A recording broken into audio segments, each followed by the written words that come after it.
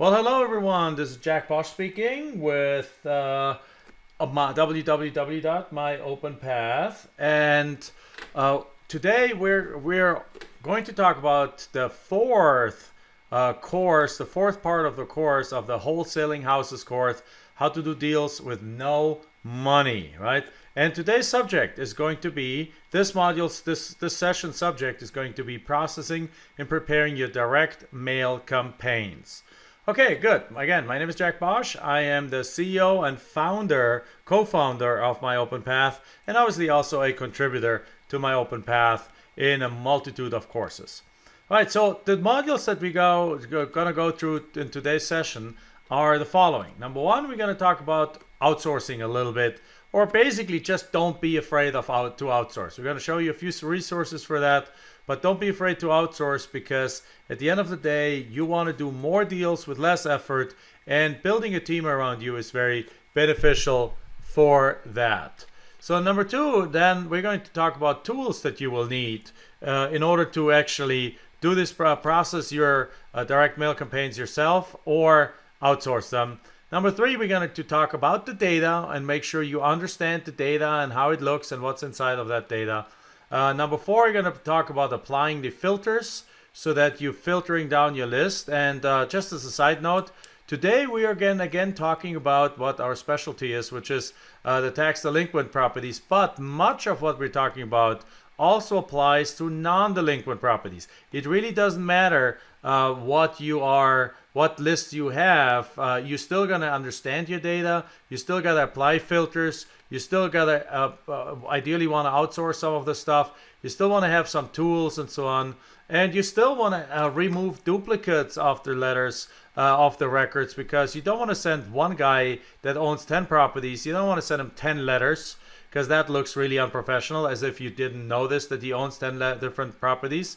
But instead, you want to send him one letter about his multiple properties. So you want to do that. And then how to prepare your mailing lists, how to organize and schedule your mailings, how to track your responses, and also how to mail out your letters. Right, so those are the things we're going to talk about today. Right, now each of those is an individual video that you can go just watch one at a time inside the myopenpath.com membership area. And the first two modules are available for free if you are a free member, a demo member, and the rest of it is available. All 9 modules are available if you are a subscriber to myopenpath.com. Okay, so let's get started with the module number 1. Module number 1 is don't be afraid to outsource. So here's what I mean. I will cover a lot of things in detail, including actually some technical stuff in this session. So after all, this is not a fluff kind of thing. This is literally step by step a program that goes in a lot of detail in exactly how you do the steps to get from the moment that you got a list from a list broker, from the county, from the foreclosure daily, from the different places that you can get lists from the county, from online, from websites, from the court records, wherever you get those lists from. You will still need to do a little massaging of those records, and we're going to go in detail about how to do this, including a little bit of technical stuff. And I'm going to simplify the process as much as possible, but still keep that in mind. If you and technology don't work very well together, then consider outsourcing this step, what we're talking about in this process here in this session today, to a professional data processor, because at the end of the day, we don't want you to be frustrated. We want you to be successful. So if you are like, what we're covering today sounds easy to you, great. You can do it yourself at least a few times. But either way, even whether you outsource it or not, go through this entire course and take good notes, because you will need to understand the entire process. Because even if you outsource it, you got to tell the person that you outsource it what they need to do, and you will only be able to do that if you understand it yourself. So even if you don't fully understand the technical steps, you will want to at least understand the what needs to be done, so that the how can be taken, so that you can portray that to somebody who knows the how, and then they can do it for you. Right? It's very easy, by the way, to find really good, quick, and professional person or services to format your mailing lists, even to do your mail merge, print your letters, and even mail these letters for you. Right? So I want to make sure I cover that. So what are some of the places that you can outsource this? The number one place that we use is called Upwork. So again, it used to be called a combination. There were several services that were all bought by one company, and then they were put under this umbrella of Upwork. And it used to be Elance. So if you heard of Elance, which is like freelance without the free, well, they were bought up by Upwork. If you heard of Odesk, where you could find virtual assistants and place pieces like that, guess what? That was bought out by Upwork. So Upwork is now the central hub for a lot of the outsourcing work. There's a lot of graphic designers, technology people, data geeks, computer science guys, coders hanging out there, but even writers and all kinds of different professions hanging out there offering their services to you.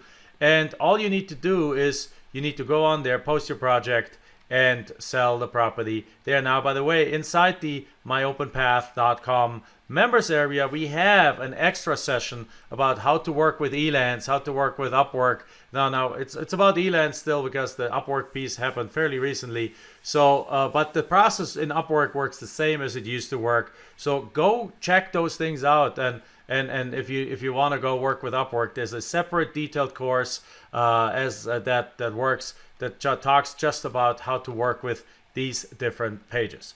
All right, so another one is Fiverr.com. Fiverr.com is great. Fiverr.com, contrary to the name, it no longer restricts the orders to $5. Used to be that everything on their website was just $5. And again, there's thousands of service providers on there that will do stuff for $5 for you. Now they allow it also for it to cost more. You can hire somebody for $20, for $50, for $100, and so on. So they have expanded a little bit, but kept the name of Fiverr. For example, on Upwork, how it works, you write out the detailed job description and post it there, which is free. Then you invite professionals to bid on your job to speed up the process. Interested professionals will bid on your job, leaving you and tell you what they charge for it. So you might get somebody to do it for $5, and you might somebody else offer you the same exact job for $300. Or that's unusual that it's such a discrepancy. But I've seen difference from $10 to $100. Now the $10 one is not necessarily worse than the $100 one, and the $100 offer is not necessarily better than the $10 one. So you want to really look at some of their feedback, and you want to filter the applications out, for example, by asking for sample work or having them do a sample task, and then you select the winning bid. And you can also review their feedback that they've gotten from other people. And so often it is the case that if somebody wants to break into the Upwork kind of like experienced people's experience. Yeah, if they want to build up some job experience there and get some good feedback, they might sometimes offer their work for much less than other one, and so you might get excellent work done for somebody with little or no feedback, but it's always a little bit of a risk, because if they have little or no feedback, it might be because they're really doing a bad job, and they got their account shut down, and now they're opening another account under their sister's name, and they're trying it that way. But if you truly find somebody who's just getting started and has no feedback, they can do great job for you for a little money. You might also find somebody like in Bangladesh who has 300 or 80 5-star reviews, and that also does it for $10 the job for you. And it's just that because in Bangladesh, in India, in the Philippines, in different countries in South America, in Russia, or so on, a $10 payment could be the equivalent of a day's worth of work, right? There's countries in Africa and so on where the average income per person is $30 a month. So you give somebody a nice job for $50, they're gonna be, if they live in that environment in that area, I mean, they do 10 jobs like that, they make more than a college professor, and they make more than probably an executive in certain businesses. So again, for us, it doesn't sound like it's a lot of money, but depending on where they are in the world, it could be. So then you fund the project, and give it to somebody, fund the project, and then once they delivered the work and you're satisfied with the work, you release the funds to them. And Fiverr works in a sense very much similarly. Professionals, it works a little bit the other way around. Professionals post what they are good at. They say, I will process a list for you. I will take any data job, and so on. And you can contact them, these guys. So you search, for example, for data processing. You get a bunch of people that are willing to do that. And then you read through what they do, and the one that fits best with what you offer, you do. And now they cost $5 or more. And in this case, you start up front. So since you start up front, you want to make sure, since you have to pay up front, you want to basically start with a small project so that they don't run away with your money. Don't start with something for $1,000 and then you might never hear from that person again. But for $5, they have very little incentive to run away from you. They do the work, great. Then you get something for 10 or $20 done, and so on. So you have, in this case, you have a little less control to resolve. If you do not like the work, submit it, because you already paid them. And in Spanish, there's a saying that basically a paid musician doesn't play a good song, right? So not saying that this is a worse way to go. We have had some amazing feedback, some amazing things on Fiverr, and again, the Fiverr works with a feedback mechanism. So again, you want to pick the person that already gotten a whole bunch of 5-star reviews and 5 stars feedback, because they got something to lose. They got a reputation to lose on that end, and usually they do excellent work. We just had somebody do a whole bunch of like business tools. They did 10 or 15 business tools for like $300. We did that to Upwork, by the way, and they went through like 5-6 iterations back and forth and changing these things and making them better. And they look awesome now. I got them right in front of me. They're multicolor, professional business tools that you can work through, like worksheets and things that look absolutely amazing. All right, so with that, what else do we have? Module 2, even when you get to the step of actually mailing out the letters based on your list, you can outsource that to a printing service.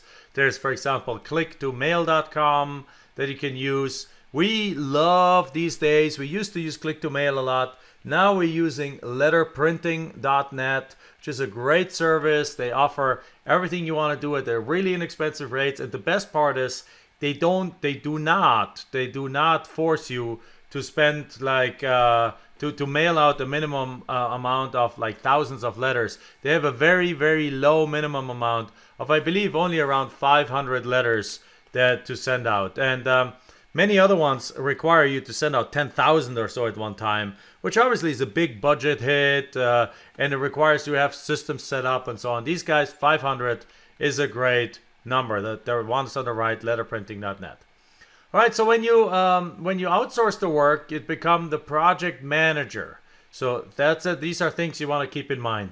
You are now no longer the position player. You're no longer the person getting told what to do. You're the one telling others what to do, and that's really cool. So as a result, you gotta understand the big picture and be able to explain it to others. That's why it's important that you go through this entire session of 9 modules here, so that you at the end have a really good understanding of what you need to do.